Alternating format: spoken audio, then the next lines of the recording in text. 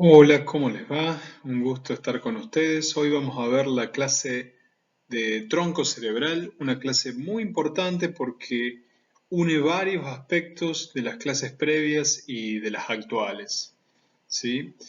El primer punto que quiero marcarles antes de pasar a tronco cerebral tiene que ver, sin embargo, con algunos temas que todavía no hemos por diversos aspectos tocado. Uno de ellos tiene que ver con cómo hacemos para visualizar el sistema nervioso central. Lamentablemente, este año no hemos tenido la posibilidad de hacer un práctico con un cerebro, en este caso de bovino, es decir, poder ver el cerebro, tocarlo, etcétera. Lamentablemente tuvimos que hacer simplemente un práctico con un software, ¿no? Que tiene sus pros y sus contras. Si ustedes tuvieran que ver un cerebro, aun si estuviera ya perfundido, es decir, preparado para ser cortado por un anatomista, verían que en realidad las neuronas no se ven directamente, ¿sí? Se ve un tejido blanco, gelatinoso.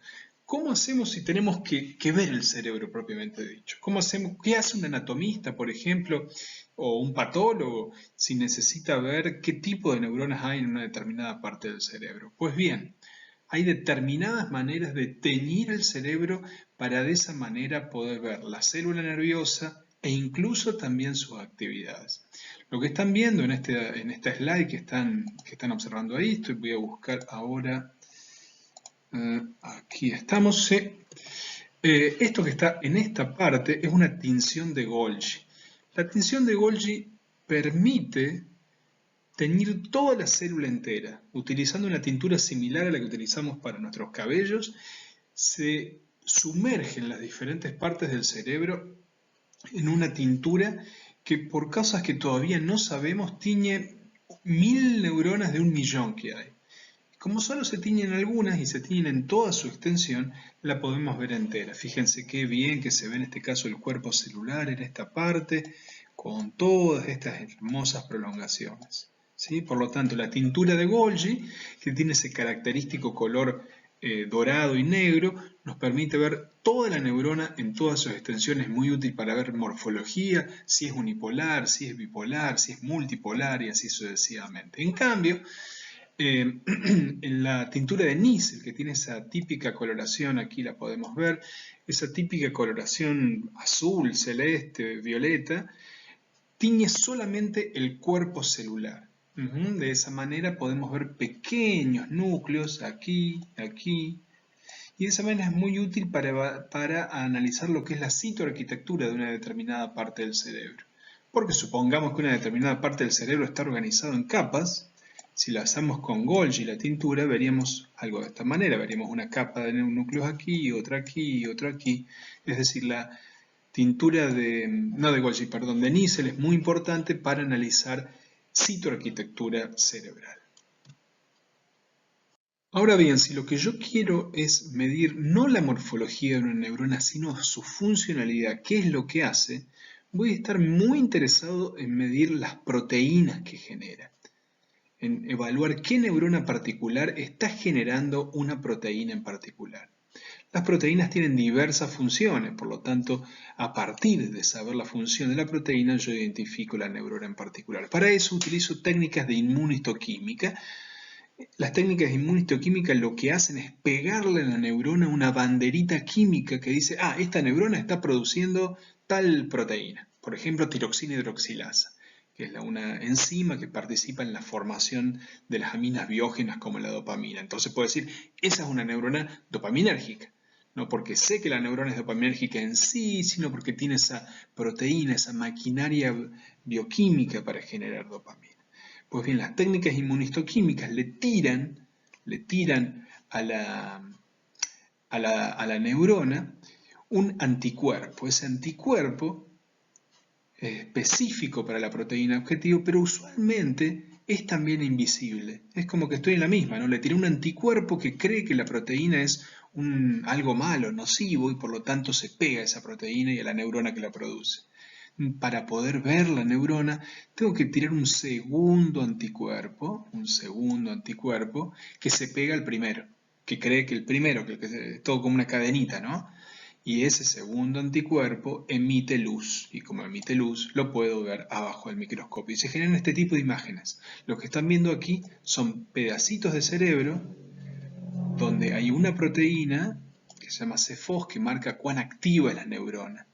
Esa proteína tiene pegados dos anticuerpos y el segundo emite esta luz negrita que ven acá y que genera que cada neurona que haya estado activada y que por lo tanto tenga esa proteína que se llama CFOS se vea bajo el cerebro bajo el microscopio, perdón, como un punto negro. Entonces, lo que acabamos de ver son, por un lado, técnicas de visualización del sistema nervioso central basados en tinturas, la tintura de Golgi y la tintura de Nissl, que nos permiten ver o toda la neurona o los cuerpos celulares propiamente dichos respectivamente. Y aquí acabamos de ver un tipo de técnica de visualización que nos permite ver ya más bien qué hace la neurona a partir de ver qué proteínas tiene.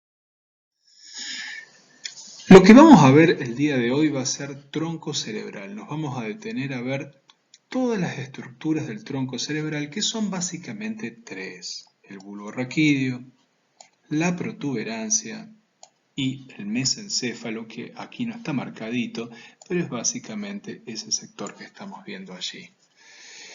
Todo esto lo podemos ver en diversas partes del cerebro. Lo que estamos viendo aquí es una vista inferior del sistema nervioso central. Y esta vista inferior, es decir, todo lo que están viendo aquí, es la parte anterior del tronco cerebral y si lo viéramos del otro lado estaría la vista posterior del tronco cerebral. Y esta es una zona muy importante porque lo que hace, y creo que se darán cuenta, es unir la médula espinal, que empieza ahí, ya la pueden ver ahí, el arbolito, la mariposa típica de la médula que sigue para abajo, con el cerebro o el telencéfalo propiamente dicho. En ese sentido, a veces puede pasarse de largo como una especie de estructura, bueno, que como que nadie le da mucha importancia porque está ahí al medio, ¿verdad? Pero piensen del punto de vista que todo lo que sube y baja desde la médula hacia el cerebro y viceversa, tiene que pasar por ahí. Y otro elemento interesante es que casi todos los pares craneales, casi todos los nervios craneales, excepto el olfatorio y el óptico, pueden encontrarse en el tronco cerebral. Entonces, ya hemos repasado rápidamente, muy rápidamente, los tres elementos que tenemos. Uno es el bulbo raquídeo, el otro es el puente, la protuberancia, y el otro es el mesencéfalo. Todos ellos forman parte del tronco cerebral. Y vamos a ver rápidamente qué funciones cumple el tronco cerebral. La primera es que tiene núcleos específicos, núcleos que per se solitos controlan funciones básicas, como la tasa cardíaca o la respiración. ¿Sí? Por eso vieron esas películas donde a la persona le pegan un golpe a la altura de la nuca y deja de respirar o se muere.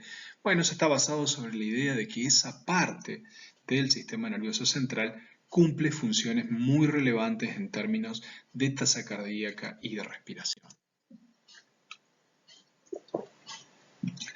Previamente eso decía que estaba más que todo en el bulbo, pero en realidad está en los tres, en bulbo, en protuberancia y en mesencéfalo. La protuberancia, que es el sector que comunica, como claramente está, el bulbo con el mesencéfalo, tiene primero de todo una vascularidad muy importante y ya lo vamos a ver a posteriori. Por su surco medio, tiene un surco medio muy marcado y por ahí pasa la arteria basilar, que es una arteria muy importante. No solo eso, por ella salen, o por la conexión, justo en el vallecito que hay entre protuberancia y bulbo, tenemos varios nervios craneales muy importantes. Junto con el bulbo raquídeo, constituyen el piso del cuarto ventrículo. La parte inferior de la protuberancia y la parte superior del tronco cerebral le dan el piso al cuarto ventrículo, que del otro lado tiene como su techo al cerebelo que le hace como una especie de carpita, digamos, de una manera sencilla. Y finalmente, todo este tronquito se divide en dos, aquí lo vemos, una parte y otra parte, se divide en dos grandes pilares. Esos pilares son los pedúnculos cerebrales, que son de las estructuras más importantes del mesencéfalo. El mesencéfalo es como la parte más de arriba del tronco cerebral, que es el que finalmente se mete en cada uno de los hemisferios cerebrales. Imagínense que el mesencéfalo es como esos dos grandes, de nuevo, pedúnculos o como dos grandes troncos que están sosteniendo dos enormes estructuras ovoides. ¿Qué son esas estructuras ovoides que estoy señalando ahí? Los tálamos.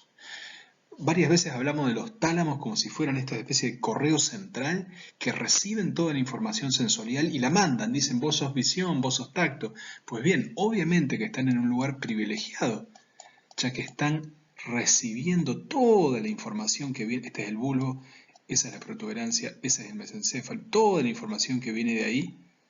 Y por lo tanto están como ahí arriba de ese pedestal formado por los pedúnculos cerebrales y de allí pueden mandar a donde quieran. A su vez hay otras estructuras relevantes en el mesencéfalo, por ejemplo los tubérculos cuadrigémenos y el colículo superior y el colículo inferior.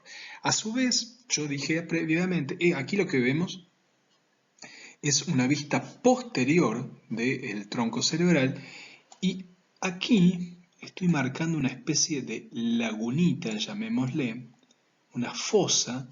Esa fosa que ven ahí es el cuarto ventrículo que está formado por la parte superior del bulbo y por la parte inferior de la protuberancia. Y arriba, normalmente de aquí, está puesto el cerebelo, que el cerebelo de hecho está unido por esos grandotes pedúnculos que ven ahí, que son los pedúnculos cerebelosos. Eso que está aquí finalmente se mete adentro del cerebelo, pero como lo saqué, puedo ver todo esto, que es la fosa del cuarto ventrículo.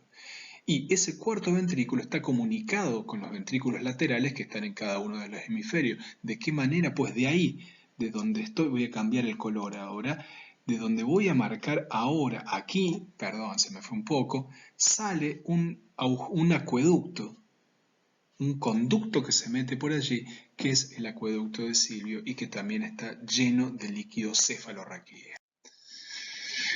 Finalmente, si bien no forman parte del tronco cerebral propiamente dicho, lo que estamos viendo aquí son dos estructuras que también forman parte son primas, llamémosle, de estas estructuras, que son el tálamo, que ya lo indiqué previamente a dónde está, que está como montado en los pedúnculos, y el cerebelo, que está como encajado sobre la parte más posterior del tronco cerebral. Esta es la parte anterior, esta es la parte posterior, esa fosita que les marqué antes está ahí y el cerebelo se monta haciéndole de techo a la fosa del cuarto ventrículo. Un elemento vital para que ustedes entiendan cada una de las cosas que hemos hablado hasta hoy es entender la médula espinal y las vías ascendentes y descendentes. ¿Por qué digo que es vital que sepan todo eso? Porque si no van a entender todos los núcleos que hoy vamos a hablar como cosas aisladas. Cuando yo les diga núcleo grácil o núcleo cuneiforme, ustedes van a tener que aprendérselo de memoria sin saber muy claramente qué es. O fibras arcuatas, o la decusación de las pirámides que forma parte de la fibra del núcleo, de las vías córtico-espinales descendentes. Para entender qué es eso que sube y baja por el tronco cerebral, debemos conocer la médula espinal, debemos conocer las vías ascendentes, debemos entender para qué sirve la médula espinal. Por lo tanto, antes de meternos en todo esto, les recomiendo fuertemente que retornen a la clase de médula espinal y que vean cada una de las fibras ascendentes y descendentes y en última instancia la funcionalidad de la médula. Sin embargo, sí, podemos hacer un breve repaso. La médula funciona como este satélite que tiene el sistema nervioso central para sacar información y llevarla hasta los músculos y realizar las actividades motoras y para recibir información sensorial de pies, de manos, de torso, es decir, de todo el sistema, de todo el cuerpo en general. Cada una de la información motora y sensitiva entra y sale por los nervios espinales. Y cada nervio espinal está conformado por dos partes, por una parte motora y por una parte sensorial. La parte sensorial sale de lo que es el ganglio de la raíz, de la raíz posterior, que a su vez tiene un engrosamiento o un ganglio, y toda la parte motora sale de la parte anterior de la raíz anterior, y la unión de ambas raíces configura el nervio espinal, que va a salir finalmente por por los agujeros de la columna vertebral, y ahí va a permitir ir o recibir información. Cada una de estas entradas y salidas de información se configuran dentro de la estructura de sustancia gris y sustancia blanca de la médula, ¿sí? Hay diversas vías ascendentes y descendentes que se configuran en estos fascículos o vías que suben y que bajan. De las más importantes tenemos, de las descendentes, es decir, de las que controlan movimientos motores e inervan la musculatura esquelética, tenemos el fascículo o vía córtico-espinal. La vía córtico-espinal es de las más importantes y es la que nos permite, en última instancia, realizar los movimientos finos de los dedos, ¿sí? Los movimientos más distales. De esta manera, esta vía, en última instancia, controla las motoneuronas que nos van a permitir realizar los movimientos más finos. ¿Dónde empieza esta vía? ¿Dónde está la primera neurona de esta vía? Pues bien, en la lámina 5 de la corteza cerebral, donde hay unas neuronas piramidales muy grandes, y la mayor parte de esta vía surge de la corteza motora, particularmente de la circunvolución motora que está justo por delante de Silvio, y también en otras áreas premotoras, ¿sí? De allí baja, pasa por la corona radiata, decusa a nivel de las pirámides, a nivel del bulbo raquídeo, que es lo que ya vamos a ver a continuación, y finalmente entra y llega a la neurona hasta, pasando por una interneurona, que es la neurona 2, y se conecta con la tercera neurona de esta vía descendente, que se encuentra en el asta anterior de la médula espinal. Por lo tanto, este fascículo córtico-espinal lateral es muy importante. Aparte de este fascículo córtico-espinal que controla la musculatura más distal, tenemos otro fascículo descendente muy importante que nace en el núcleo rojo del mesencéfalo y que es el fascículo rubroespinal. Para recordar esto deben recordar que rojo es rubro, por lo tanto el rubro espinal viene desde el núcleo rojo hasta la médula espinal. Es parecido al previo, pero en lugar de controlar la musculatura más distal y por lo tanto los movimientos más finos de los dedos, controla toda la musculatura axial, los músculos más mediales, y controla todo lo que tiene que ver con procesos de flexión y extensión. La sumatoria de ambos fascículos nos permite realizar todos los movimientos que manejamos en general.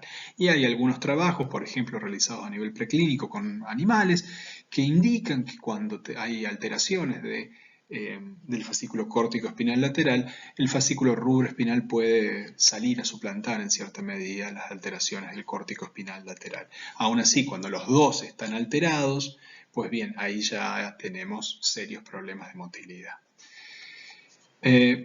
A nivel de los fascículos ascendentes, de los fascículos que llevan información, tenemos información de todo tipo, ¿sí? Tacto, temperatura, dolor, información propioceptiva, pues bien, de los más relevantes tenemos el fascículo espinotalámico. El espinotalámico, tanto el lateral como el anterior, tienen relación con temperatura y con dolor que estamos viendo allí. En tanto que el fascículo grácil y el fascículo cuneiforme que están allí van recogiendo todos los nervios espinales que van trayendo información de las piernas, de todos los miembros inferiores y de todo lo que tiene que ver con los miembros superiores. ¿Información de qué tipo? Información respecto propioceptiva, cómo están nuestros músculos, dónde están nuestros miembros en el espacio, y también información táctil fina, es decir, la información que tiene que ver con tacto fino, presión que no sea dolorosa, en fin, todo lo que tiene que ver con nuestra percepción más sutil de los procesos propios somatotestésicos. En ese sentido, es de las vías más relevantes que proporcionan información. Y yo dividí por un lado lo que era la parte de los miembros inferiores y la parte de los miembros superiores. Eso, a grosso modo, tiene que ver con el fascículo grácil y el cuneiforme. El fascículo grácil recoge toda la información que entran a partir de los segmentos medulares más inferiores, básicamente hasta la mitad de los segmentos torácicos. En cambio, la mitad superior de los segmentos torácicos y todos los segmentos cervicales está contenido por el fascículo cuneiforme, que como que se divide en cada uno la recepción de información, de nuevo, propioceptiva, de tacto más fino, de discriminación táctil, de discriminación de dos puntos que están, cuando dos puntos están separados en el espacio entre sí. Si nos tocamos, digamos, un dedo y otro, yo me voy a saber que están separados. Bueno, toda esa información de tacto más, también de vibraciones, de aspectos somatosensoriales más finos, los recibe aquí, en este caso, los fascículos grácil y cuneiforme. Nuevamente, muy importante que revisemos toda esa información. Tracto córtico espinal, tracto rubro espinal es de los tractos descendentes, en tanto que de los ascendentes, los que yo más destaco aquí son el grácil, el cuneiforme y el espinotalámico. Habíamos dicho espinotalámico que tenía dos divisiones, aquí, el lateral aquí lo encuentro y el anterior.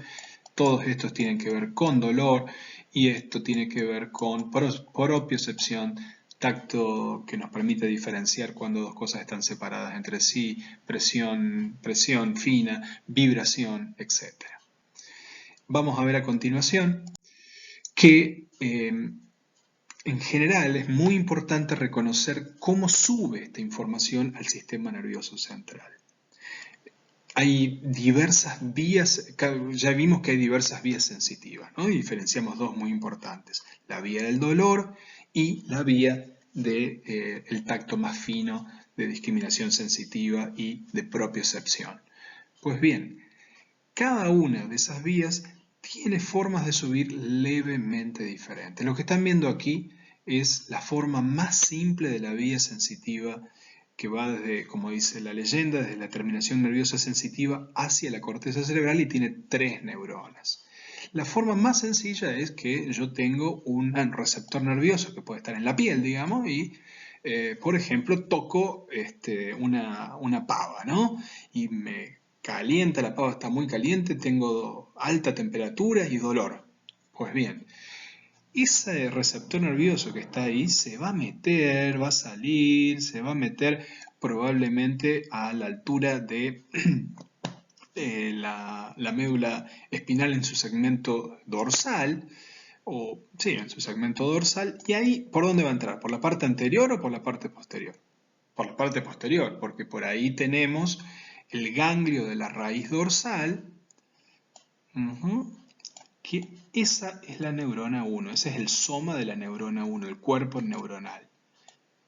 Y va a tener una partecita que se va a meter en la piel y la otra partecita que se va a meter por atrás, por el asta posterior de la médula. Por ejemplo, en una sección que se llama sustancia gelatinosa, que es muy importante para la recepción de dolor.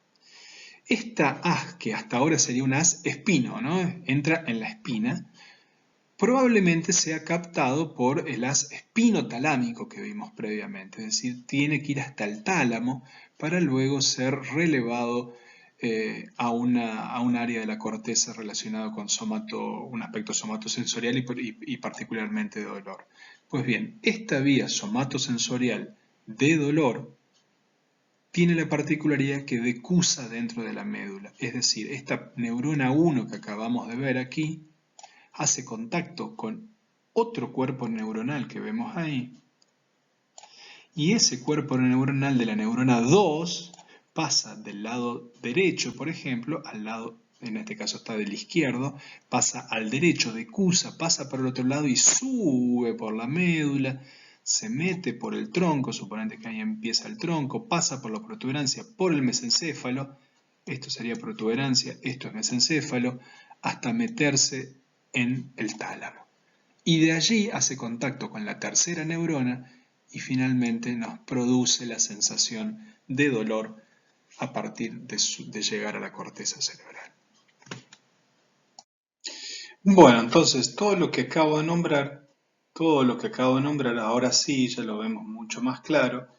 En este caso particular tiene que ver con, como yo había mencionado, que la neurona, una vez que encontraba, la neurona de primer orden entraba a nivel de las células de la sustancia gelatinosa por el asta posterior y ahí mismo decusaba a nivel de la médula y iba subiendo por el otro lado, ¿sí?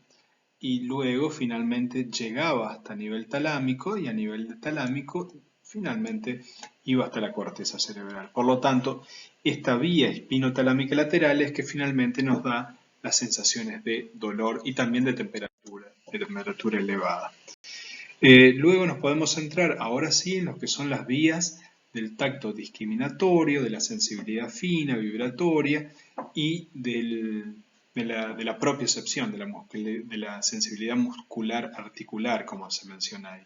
Tacto de la presión que yo había indicado previamente que era de este sistema no es así, está mal lo que dije en una de las diapos anteriores.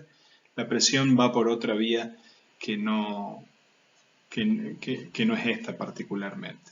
Pero volvamos a esta que es de la somatotestesia más fina, ¿no? Relacionada con esto, el tacto discriminatorio, poder discriminar cuándo nos están tocando en una parte del cuerpo y cuándo en otra, dónde están los diferentes músculos de nuestro cuerpo, nuestras propias partes de nuestro cuerpo, en fin, la somatotestesia más propiamente que reconocemos en el día a día.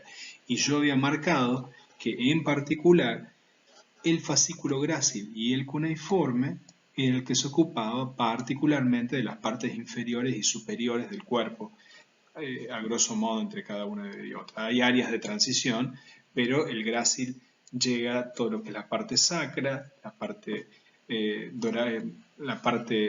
lumbar inferior y la parte dorsal, perdón, la parte lumbar y la parte dorsal inferior. En cambio el cuneiforme es la parte dorsal superior y la parte cervical propiamente dicha.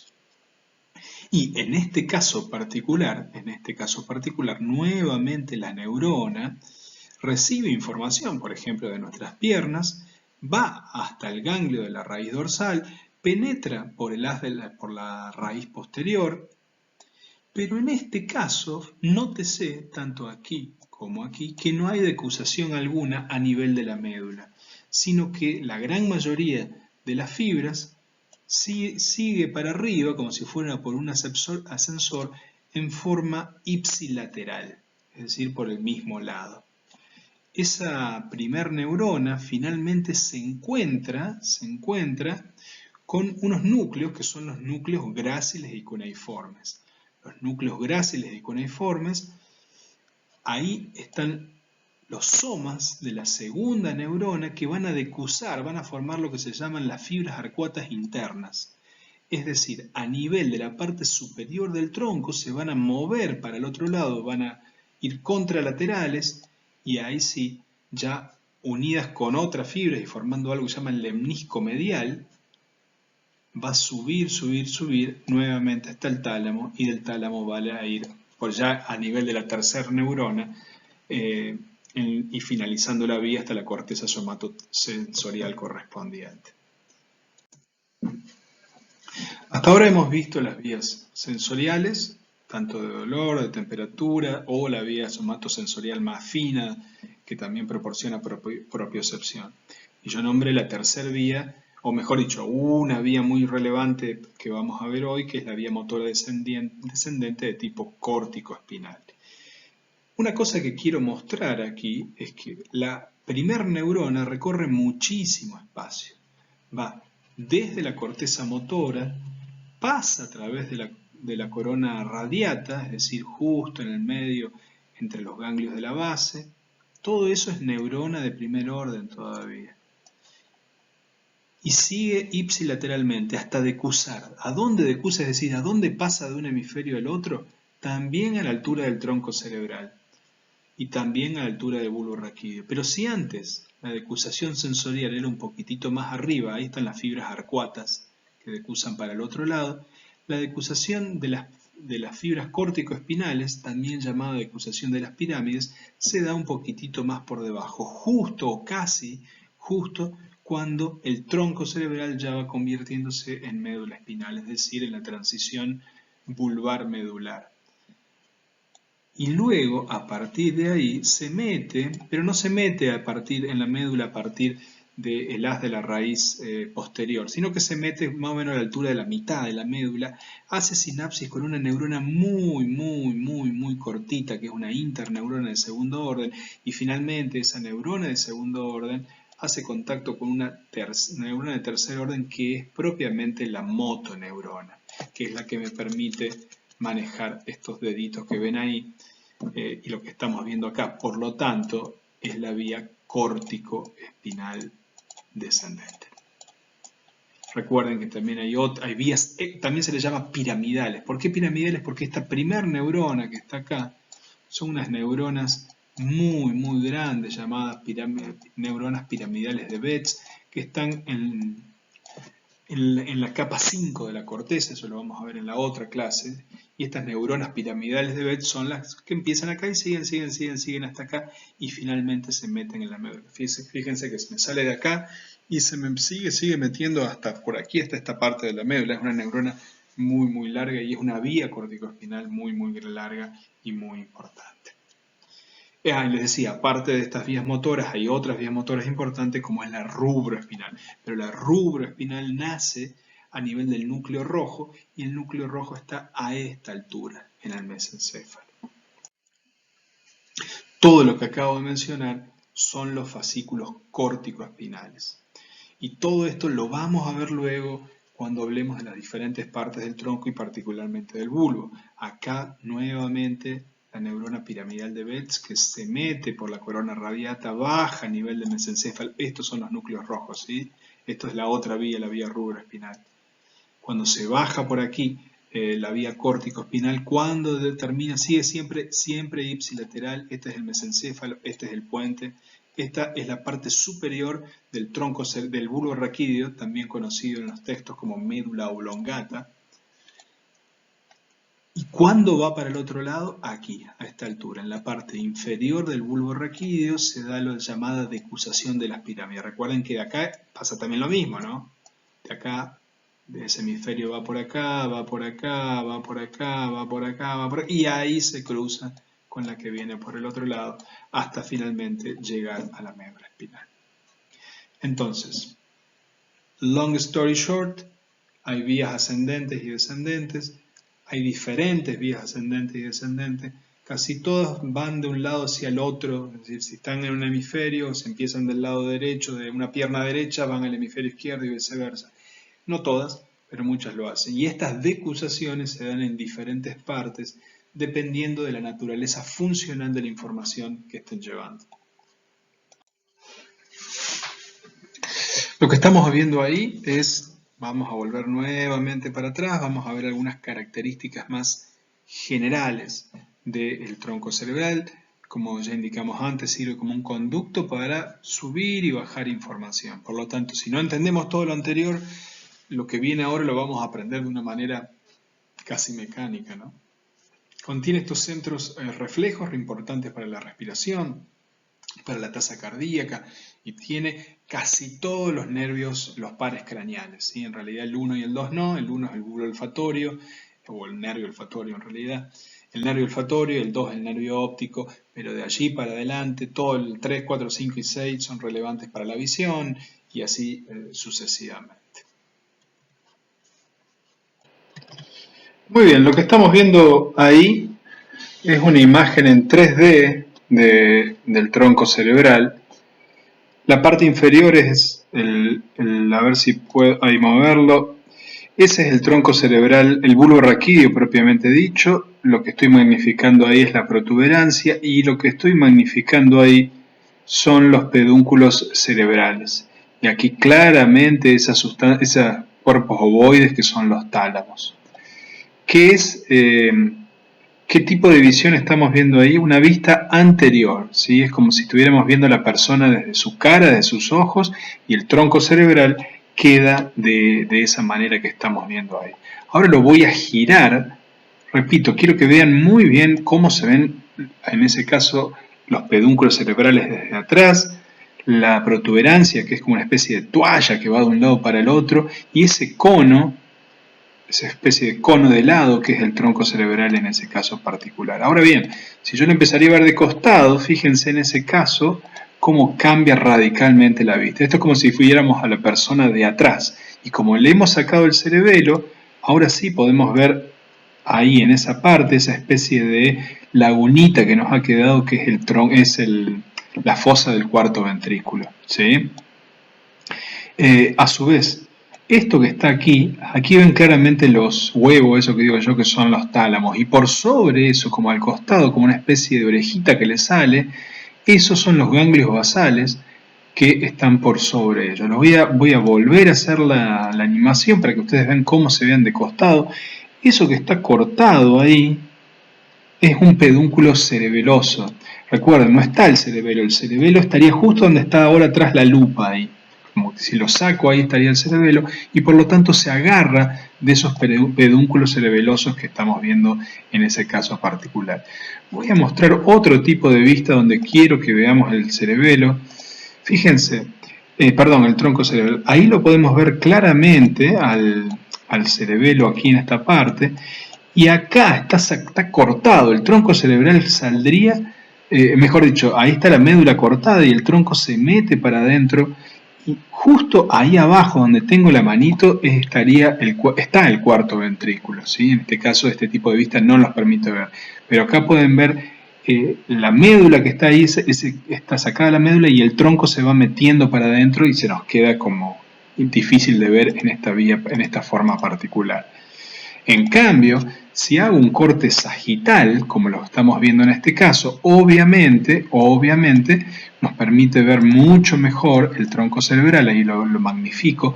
¿Por qué? Porque lo corta justo al medio. Todo eso que estamos viendo ahí, lo voy a mostrar ahora con la lupa, aquí vemos la conexión vulvar-medular, la protuberancia y el mesencéfalo ahí en ese lugar particular.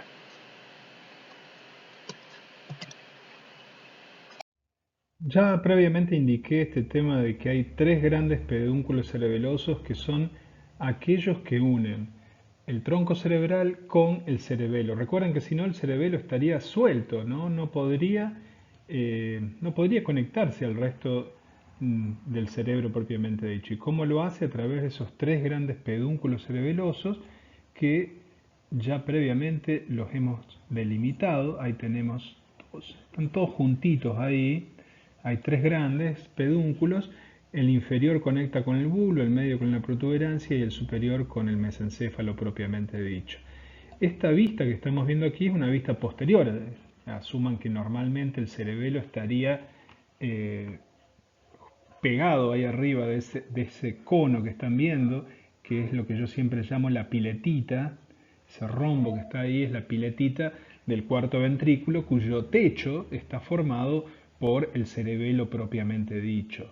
Y la parte superior del cono está formado por la parte inferior de la protuberancia y la parte inferior del cono del cuarto ventrículo, está formado por la parte superior del tronco propiamente dicho. A su vez, en esta vista posterior podemos ver algunos elementos interesantes, como pueden ser, por ejemplo, el nervio troclear, que lo vemos aquí por detrás, y los dos grandes pedúnculos cerebrales, ya en este caso, que se levantan, es decir, que mantienen por sobre sí los tálamos que estamos viendo en este sector. Empecemos a ver más en detalle el tronco cerebral. Hay varias formas de verlo, tanto externa como internamente. Externamente tiene varios tipos de accidentes. Los accidentes más importantes son las pirámides, las olivas, ya veremos a continuación qué son. Y luego podemos hacer varios cortes transversales, como quien corta una rodaja, llamémosle, del tronco, en este caso del bulbo, e intenta ver qué hay en esa rodaja. Estas rodajas transversales se realizan a tres grandes alturas.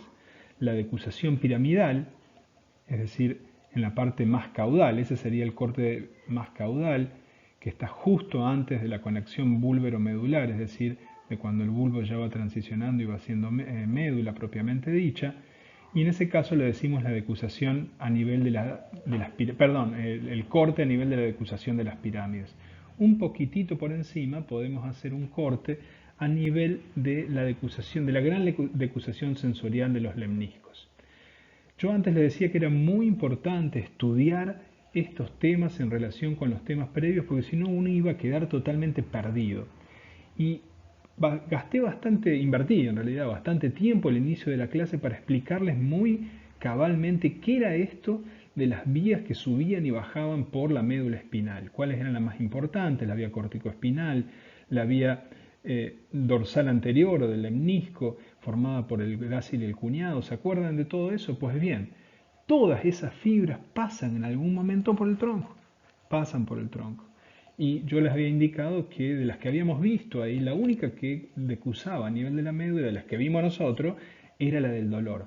Pero la gran vía sensorial de vibración, tacto fino, tanto discriminatorio, que era llevada por las fibras grácil y cuñada, decusaba a nivel del tronco, y viceversa, la vía córtico-espinal decusaba o cambiaba de lateralidad del cerebro también a vía del tronco. Por lo tanto, estos conceptos que vemos aquí responden a esos conceptos que vimos inicialmente. Pero antes de meternos con eso, revisemos cabalmente todo lo que tiene que ver con una vista externa. Con una vista externa.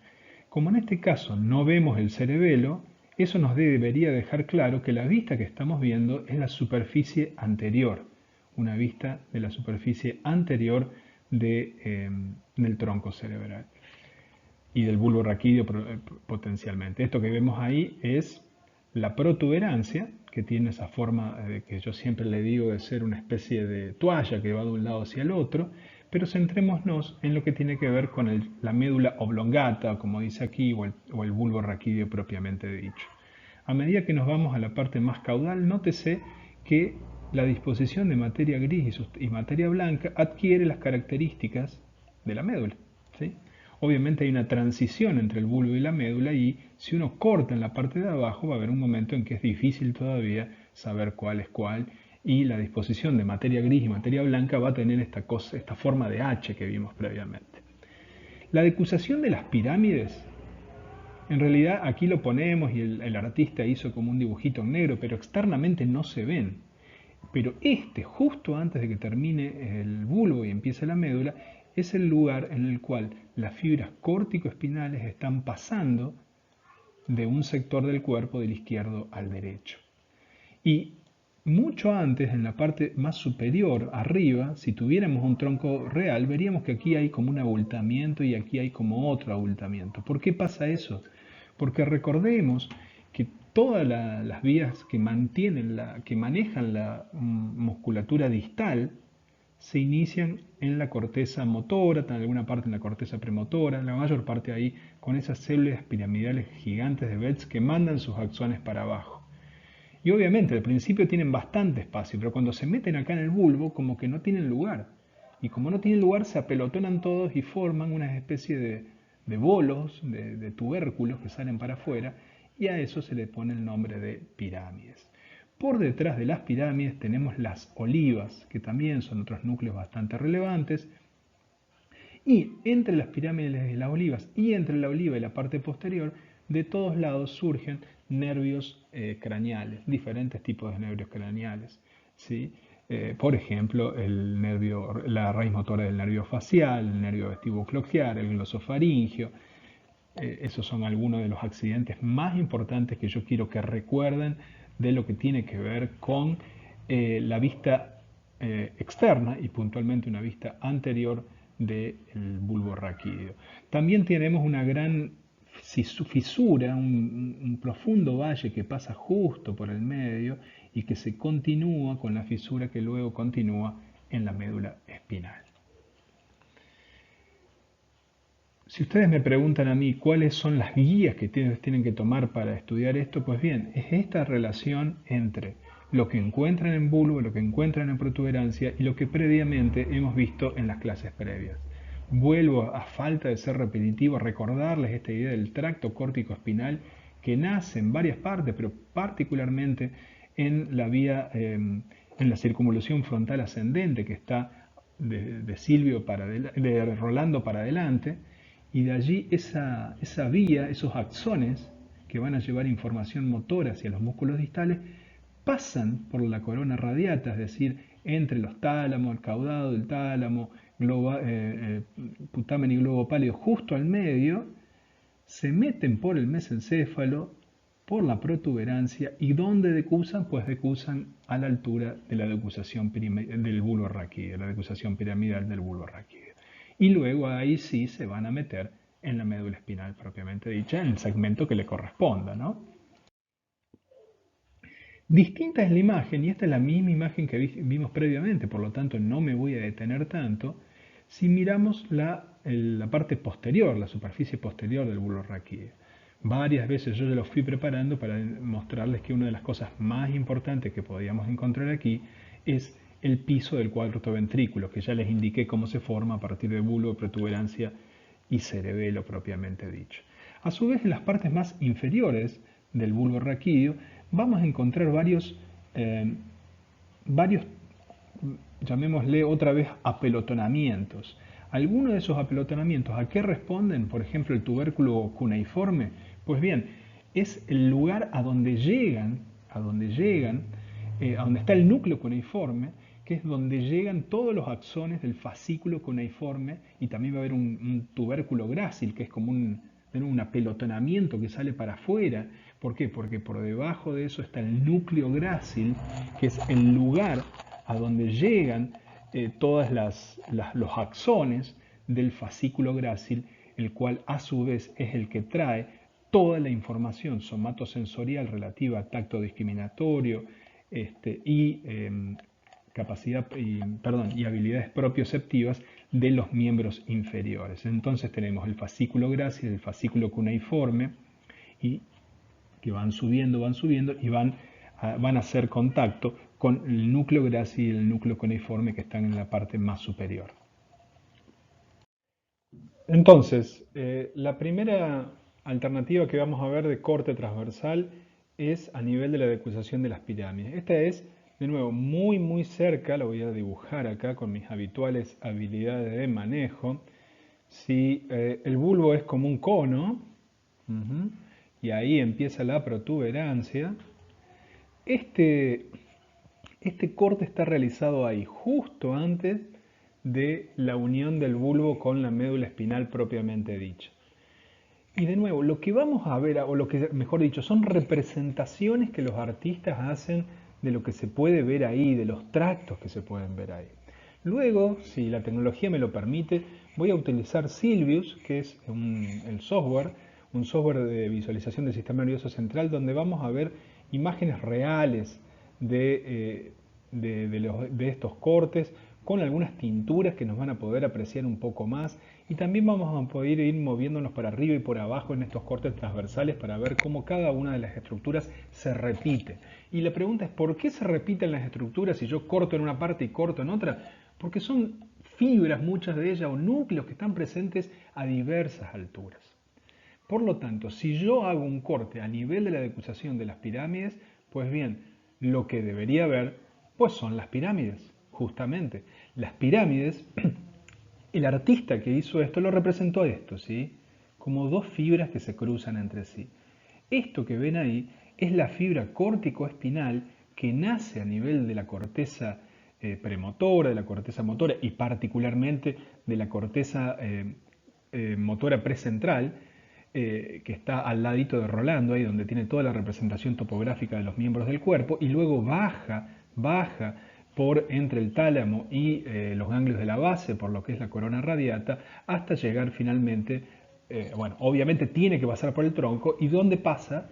Pasa por la protuberancia, pasa por el mesencéfalo y en última instancia pasa por el bulbo y se cruza de izquierda a derecha, de una lateralidad del cuerpo a la otra, a esta altura de la decusación de las pirámides. Por lo tanto, ese es uno de los elementos más importantes que encuentran a esta altura. Y luego también tienen diversos elementos. El otro diversos elementos que yo quiero mostrarles sería como la contracara de, de estas vías motoras descendentes. Es decir, me gustaría mostrarle vías motoras ascendentes. Las vías motoras ascendentes, recordemos que están en el asta anterior, en el asta anterior de la médula, en el asta posterior, en la columna dorsal encontramos el fascículo cuneado y el fascículo grácil que los encontramos acá. Por lo tanto, es en esta parte donde están ahora ya no bajando las vías, sino subiendo el fascículo grácil y el fascículo cuneado. Es decir, lo que están llevando esos dos fascículos es información de los miembros inferiores y de los miembros superiores referente, lo voy a decir muchas veces, perdón la repetición, tacto discriminatorio, capacidad propioceptiva, es decir, saber el estado de nuestro cuerpo y de nuestros músculos en un momento determinado, lo que yo llamo las capacidades somatotestésicas más finas, más relevantes. Luego también todos los otros tractos, por ejemplo, el espino talámico, el espino talámico lo tenemos aquí. Recordemos que el espino talámico que llevaba información, por ejemplo, de tipo de dolor, también están subiendo en una disposición similar a la que encontrábamos en la médula espinal. Aparte de eso tenemos, recordemos, el canal central. ¿Por qué tenemos el canal central acá? Un poquitito por encima de esto está el cuarto ventrículo. El cuarto ventrículo necesita mandar el líquido cefalorraquídeo que tiene algún lado, si no, ¿dónde va? Como que explotaría ahí el líquido, ¿verdad? Pues bien, tiene que haber un agujero, que es ese canal central, que nos va a permitir mandar todo ese líquido cefalorraquídeo a la médula. Entonces, rebobinando, lo que acabamos de ver es ese nivel a nivel transversal del bulbo raquídeo, la gran decusación piramidal, o el nivel de la gran decusación piramidal. Si nos movemos por encima de eso, vamos a encontrar algunas estructuras similares y algunas estructuras diferentes. Este es el nivel de la decusación de los lemniscos. ¿Qué pasa en el nivel de la decusación de los lemniscos? Ahora, las vías córtico-espinales, esos grandes haces que están llevando información motora, todavía no se cruzaron. Es decir, están ahí cada uno por su lado, el que viene del hemisferio izquierdo y el que viene del hemisferio derecho. Y como yo les dije antes, como no tienen mucho lugar a donde juntarse, se apelotonan y forman un bulto que los anatomistas que lo vieron dijo, ¿qué es esto que sale para afuera? Ah, es una pirámide. Y ahí tenemos las dos pirámides que están a este nivel y están totalmente separadas. El conducto central sigue estando, aquí lo vemos, que es el que permite llevar el líquido cefalorraquídeo, sigue abriendo varios de los tractos que hablamos antes, el tracto espinotalámico, el espino cerebeloso, entre otros elementos. Pero quiero marcarle un elemento muy importante. En este momento, este lugar es el lugar final donde llega el fascículo cuneiforme y el fascículo grácil. Y allí se encuentran, esta es la primer neurona, este es el final de la primer neurona de esta vía sensorial. Y se encuentra con el núcleo grácil y el núcleo cuneiforme, hacen sinapsis con esos núcleos, y esos núcleos largan unos axones que son denominados fibras arcuatas. La fibra arcuata está ahí al medio a nivel lateral, justo en el medio, y empieza a mandarse a nivel medial y luego se cruza para el otro lado y viceversa. La fibra, porque todo esto que está de un lado también está del otro. Por lo tanto, el núcleo grácil y el núcleo cuneiforme, este es el grácil que está del otro lado y este es el cuneiforme que está del otro lado. El fascículo grácil y el fascículo cuneiforme que vienen desde abajo hacen sinapsis aquí y de ahí nacen las fibras arcuatas que también se cruzan para el otro lado. Esas fibras arcuatas van a ir subiendo por el bulo, por la protuberancia y por el mesencéfalo hasta llegar al tálamo. Y del tálamo luego, esa es la segunda estación de relevo de esta vía sensorial somatotestésica. Entonces, lo que acabamos de ver en este caso es la decusación a nivel, el corte transversal a nivel de la gran decusación lemniscal. Hay varios cortes más que podemos hacer. Yo les voy a sugerir que se centren en esos dos, el nivel de la decusación de los lemniscos, el nivel de la decusación de las vías motoras, la gran decusación piramidal. Una tercera opción que también tienen es un poco por encima todavía de la decusación de los lemniscos, es un corte a nivel de las olivas. Van a encontrar varias cosas de nuevo que ya estaban antes. Las pirámides o los núcleos córtico-espinales por separado también los podemos encontrar aquí. 1 y 2, uno de cada lado. También algunos de los otros tractos que veíamos antes. Pero fíjense que ahora ya no hay más un agujerito central como había antes, un conducto. Ahora hay un agujero grandote. ¿Qué es esto que estamos viendo acá? La cavidad del cuarto ventrículo. Porque ese agujero que venía de abajo, que era el conducto, ahora se abrió en esta cavidad del cuarto ventrículo, que como ya lo dije varias veces, la parte inferior del cuarto ventrículo está formada ¿por qué? Por la parte superior del bulbo raquídeo. Entonces, en este caso particular, podemos cerrar un poco esta idea de cómo se forma el piso del cuarto ventrículo, o el cuarto ventrículo, a partir al menos del bulbo raquídeo. Ahora nos movemos a lo que tiene que ver con la protuberancia. La protuberancia, a grosso modo, yo lo definí varias veces como una toalla, ¿no? Como esta enorme toalla o papel que va de izquierda a derecha y va conectando, por un lado, el bulbo raquídeo, que aquí lo vemos de nuevo, recordemos, ahí estaría la decusación de las pirámides, ahí estaría la decusación de los lemniscos, ahí estarían las pirámides propiamente dichas, esto que están por atrás son las olivas, todo eso que está en amarillo son los nervios craneales y bueno, la oliva está un poquito más arriba. Y estos son los dos grandes pedúnculos cerebrales. La protuberancia no tiene grandes accidentes como tienen los otros, o tiene poquititos y son un poco más reconocibles. Por un lado, como yo les dije, tiene un gran surco al medio, que creo que la puse después la foto.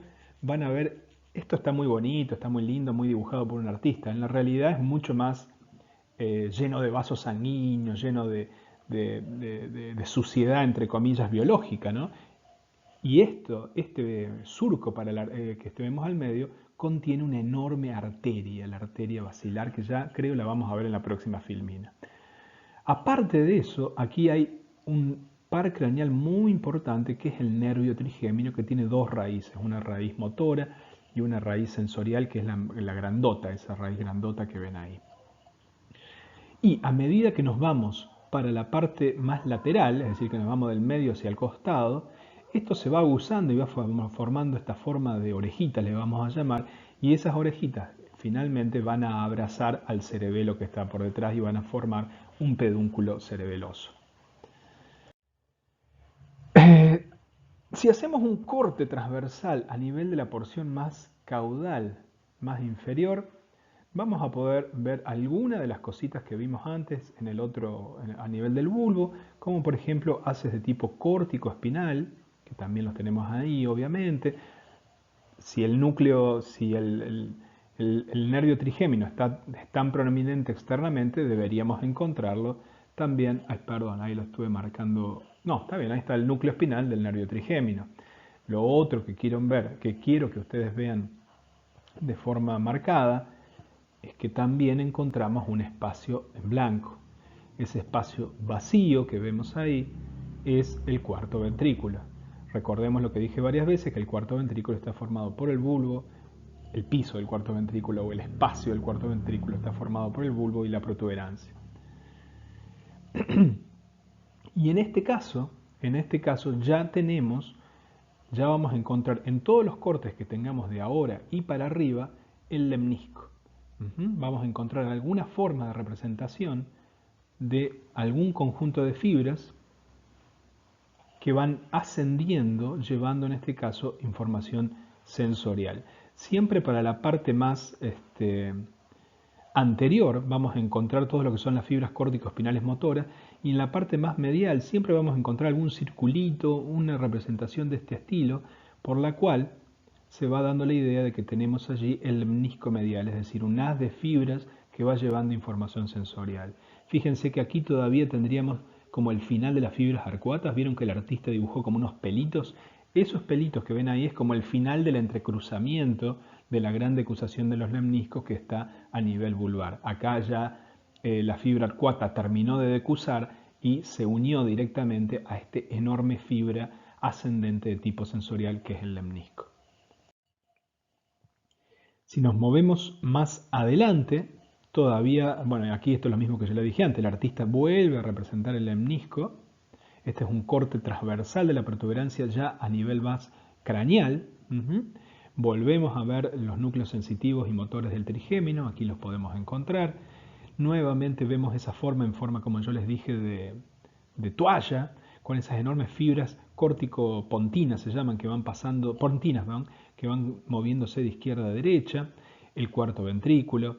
Y también tenemos un conjunto de neuronas muy desperdigaditas, ¿no? Como una especie de rosario distribuido, de red, que se llama formación reticular. La formación reticular es un conjunto de neuronas que van uniéndose de forma irregular y formando una especie de malla y que participa en muchos procesos más difusos pero relevantes psicológicamente. Por ejemplo, participa en procesos atencionales. El estado de la formación reticular está íntimamente asociado a lo que a veces se denomina en inglés awareness, es decir, nuestro nivel de vigilancia y de atención. Vamos a movernos ahora al mesencéfalo, es decir, la última estación de este conjunto que acabamos de mencionar hasta el momento, y en eso vamos a aprovechar esta vista lateral que estamos viendo en este momento. Esta vista lateral del tronco cerebral es muy interesante porque nos permite ver los tres segmentos, el bulbo, la protuberancia, el mesencéfalo.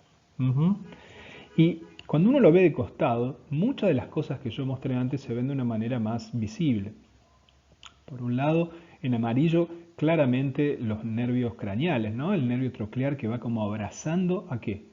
A los dos pedúnculos, esas dos torres o pilares que constituyen los pedúnculos cerebrales. Y los pedúnculos cerebrales a su vez sostienen el tálamo, que aquí lo vemos, muy interesantemente. Pero por encima de los pedúnculos cerebrales tenemos cuatro eminencias que son los colículos. ¿Sí? Los colículos superiores e inferiores, hay dos superiores, hay dos inferiores, que son como, llamémosle, pequeños cerebritos. ¿Para qué? Para reflejos de tipo visual y de tipo auditivo. Esas serían orejas, disculpen chicos. Pero piénsenlo de esta manera, los dos colículos superiores son para reflejos de tipo visual. Cuando uno le pasa algo por el costado de la visión y uno mueve la cabeza para la derecha, pues bien, ¿quién hace eso? Los colículos superiores. Y para abajo, los dos colículos inferiores responden a estímulos de tipo auditivo. Y esa forma de toalla tan característica que yo le marco a la protuberancia, aquí la ven muy bien no en tres dimensiones, siguen siendo dos dimensiones, pero en esta forma, en esta vista lateral. Es como una toalla que va abrazando a ese tronco que está acá. Y como yo les dije, las orejitas de la toalla o la parte más distal de la toalla configura el pedúnculo cerebeloso, en ese caso el pedúnculo cerebeloso medio. Y ahí ven claramente cómo sale uno de los pares craneales muy relevantes, que es el par craneal, el trigémino, en su raíz sensitiva y en su raíz motora. Y el nervio troclear está como abrazando al pedúnculo. Y justo por encima, si ustedes dicen, bueno, ¿dónde termina el tronco cerebral? Pues termina como en la parte superior en lo que es el nervio óptico. El nervio óptico también tiene una decusación muy grande, un quiasma óptico se llama. Quiasma es donde van cruzando los dos nervios ópticos que vienen de cada ojo. Y ese sería un poco como llamémosle, el surco, el límite de tronco cerebral con todo lo que tiene que ver con el diencéfalo que está por encima. Ahí tienen narrativamente, si bien ahora un poco sucio por el dibujo que hice, la función que tienen los colículos inferiores y superiores que acabamos de mencionar. ¿Recuerdan cómo yo finalicé la descripción de cuál era el límite entre tronco cerebral y diencéfalo y tálamos y todo eso? Y yo dije, bueno, uno puede pensar que por sobre estas estructuras, que son los pedúnculos cerebrales del mesencéfalo, tenemos los tálamos. Por lo tanto, ese sería un poco el límite ya en el cual ya empezamos a hablar de diencéfalo. Y fíjense en este caso el nervio óptico, que viene de aquí, ¿no? Aquí están los ojos, y en este caso el nervio óptico decusa de un lado y decusa para el otro. Ese es el quiasma óptico y ese es como el límite que delimita cuando ya no estamos más en tronco cerebral y ya pasamos a otras estructuras. Hablamos, ¿por qué no vemos aquí los tubérculos cuadrigéminos? Porque los tubérculos cuadrigéminos, perdón, los colículos superiores e inferiores, ¿por qué? Porque en realidad eso se ve en una vista posterior y esta es una vista anterior del tronco, de la protuberancia y del mesencéfalo. Lo que sí vemos aquí claramente son los pedúnculos cerebrales que en su parte intermedia, en el espacio que hay, en el espacio interpeduncular, hay un montón de vasos sanguíneos que lo atraviesan y le dan ese aspecto de malla a lo que hay al medio y queda perforada esa parte y por lo tanto al espacio interpeduncular se le llama sustancia perforada posterior por todos esos vasos sanguíneos que lo rompen de esa manera. Y aquí tenemos una partecita muy relevante a nivel hormonal que se llama cuerpo mamilar. Esos dos cuerpos que vemos ahí en forma de mama, como lo indican, son también parte del mesencéfalo. Entonces, por la parte posterior vemos los colículos, por la parte lateral y por la parte anterior vemos los pedúnculos cerebrales, aquí también vemos los cuerpos mamilares y finalmente delimitando todo el mesencéfalo que está aquí, el quiasma óptico. Todo esto es visto desde afuera, pero si yo ahora hago una rebanada del mesencéfalo, esta es la fosa interpeduncular que yo les dije que estaba como perforada. Y claro, a cada costadito están los pedúnculos. O sea que si yo hago una rebanada de mesencéfalo, voy a poder ver claramente los pedúnculos. Que aquí en este corte transversal del mesencéfalo, que lo puedo hacer a nivel de dos lugares, o de los colículos inferiores o de los colículos superiores. Recuerden, los colículos están siempre por la parte posterior y ¿cómo se llama? El pie del pedúnculo cerebral está por la parte anterior. Por lo tanto, si yo me muevo para atrás y me fijo en la colita del mesencéfalo, por la colita del mesencéfalo voy a tener que encontrar dos núcleos muy claros. Esos son los colículos. El nombre del colículo corresponde al nivel donde esté haciendo el corte. En este caso es el colículo inferior. ¿Cómo puedo identificar qué es el colículo inferior? Pues bien, porque voy a ver el nervio troclear que está así realizando esa vueltita y está saliendo y se está cruzando. Cuando yo vea eso, primero, si veo la carita esta de sapo, ya estoy a nivel del mesencéfalo. Y ese cruce me identifica el nervio coclear. Un accidente muy importante que tiene el mesencéfalo es que es atravesado por un acueducto, que obviamente comunica el cuarto ventrículo con el tercero. Ya lo hablamos antes, ¿no? Ese acueducto es el acueducto de Silvio, creo que así se le llaman en algunos libros, o acueducto cerebral, y claro, contiene el líquido cefalorraquídeo porque baja desde el cuarto, o sea, que viene del cuarto ventrículo y sube hasta el tercero.